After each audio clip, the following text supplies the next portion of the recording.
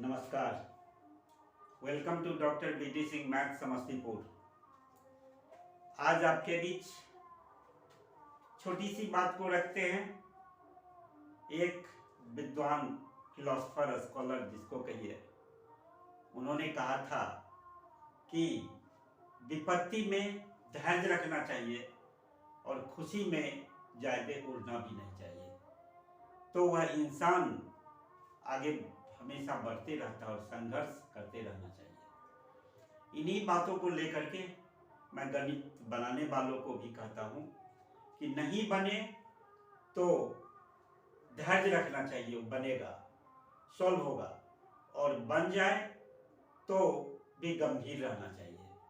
इसी बात को लेकर के मैं आज क्रेमर्स रूल का सेकेंड पार्ट, जो linear equation of three variables को क्रेमर्स ने किस तरह बताया था डिटर्मिनेंट के आधार पर, उस बात को मैं आपके बीच रखना चाहता हूँ। तो सामने हम ये क्रेमर्स रूल पार्ट 2 और three variables, Cramer's rule for three variables,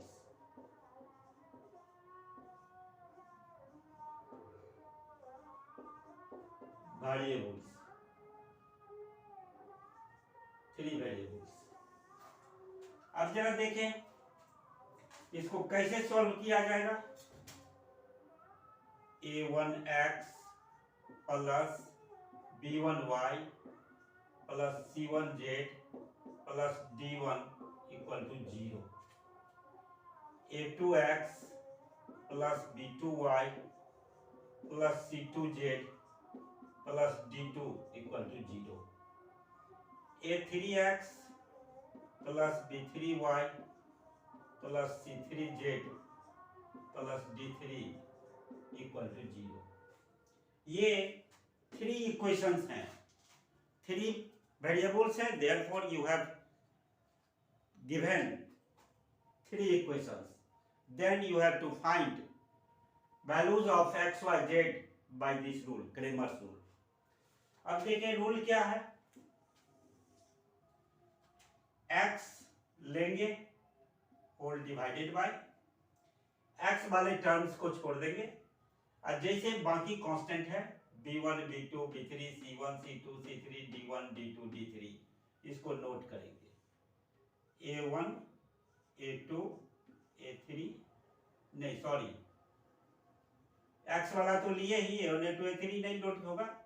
b1 b2 b3 c1 c2 c3 d1 d2 d3, पहला बार प्लस लिए, अब माइनस, अब y लेंगे, y बाय, ये टर्म ओमिट कर देंगे, a1 a2 a3 c1 c2 c3 d1 d2 d3, a1 a2 a3 c1 c2 c3 d1 d2 d3, फिर plus minus और फिर प्लस, z बाय लेंगे, z जब लेंगे तो z वाले टर्म तीनों में ओमिट कर देंगे, a1 a2 a3 b1 b2 b3 c1 d1 d2 d3, a1 a2 a3 b1 b2 b3, z वाले टर्म को ओमिट करना है, d1 d2 d3, फिर प्लस है, अब -1 लेंगे क्योंकि उसमें 1 साइलेंट है, वेरिएबल्स नहीं है, इसीलिए यहां पर होगा a1 a2 a3 b1 b2 b3 c1 c2 c3। इस प्रकार हमने देखा कि प्लस माइनस, जब x वाला टर्म लिए, x लिए, तो डिनोमिनेटर में इसको छोड़ करके b1 b2 b3 c1 c2 c3 d1 d2 d3 इंडिटरमिनेंट में नोट किया गया। Just like equal two plus लिए थे माइनस वाई लिए, रिटर्न को ओमिट कर देंगे, a1 a2 a3 c1 c2 c3 d1 d2 d3 इसमें नोट किया गया, इक्वल टू फिर प्लस जेड लेंगे, a1 a2 a3 c1 b1 b2 b3 d1 d2 d3 इसमें नोट किया गया, फिर माइनस 1 लिए, यहाँ पर एक्स वाई जेड नहीं था, प्लस माइनस अल्टरनेट साइड, अब d1 d2 d3 छोड़ देंगे, a1 a2 a3 b1 b2 b3 c1 c2 c3 को मैंने नोट किया। अब हम देखते हैं कि वैल्यू कैसे होगा, इसको हम सपोज कर लेते हैं x by d1 determinant 1 minus y by determinant d2 z by determinant d3 minus 1 by determinant d4। क्यों है 4 determinant, determinant 1 determinant 2 determinant 3 determinant 3 determinant 4, इस प्रकार हम देख रहे हैं कि 4 डिटर्मिनेंट है।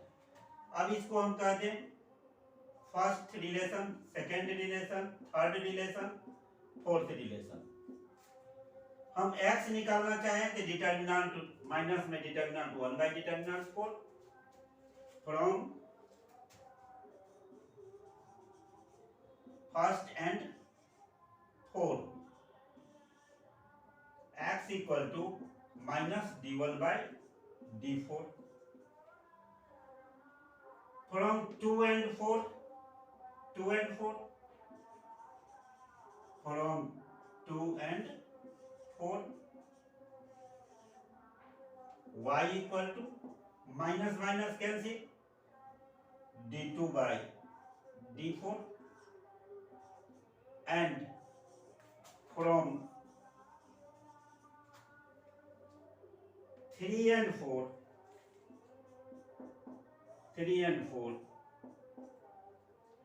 z equal to minus d3 by d4 z equal to minus d3 by d4। हमने क्या देखा, ये जो वैल्यू आएगा, ये वैल्यू आएगा, ये वैल्यू आएगा, एक्स वाई जेड का वैल्यू होगा, but your condition is that determinant d1 इसका वैल्यू हम लोग सॉल्व कर लेंगे अलग, तब इसमें डालेंगे d1 के जगह पर, डिटर्मिनेंट d4 का वैल्यू भी अलग सॉल्व कर लेंगे तो d4 के जगह पर डालेंगे, तो d1 का मान बटे d4 का मान जो होगा x का वैल्यू होगा।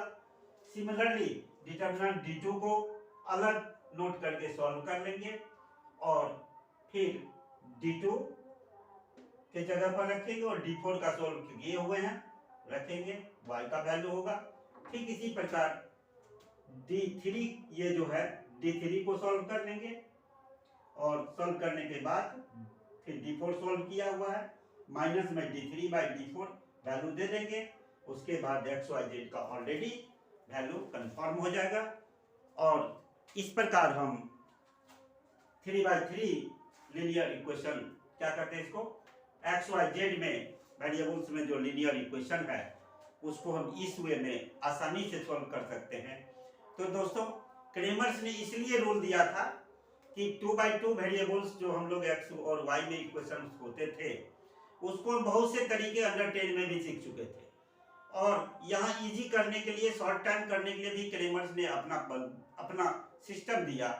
जैसे इसी प्रकार और इसी क्रम में जब आगे बढ़ा तो बुझा कि 3/3 अर्थात 3/3 डिटर्मिनेंट के द्वारा हम 3 वेरिएबल्स को भी इजी वे में क्रेमर्स रूल के द्वारा एक्स वाई जेड का वैल्यू निकाल सकते हैं, इसीलिए उन्होंने इसका भी रूल को बताया।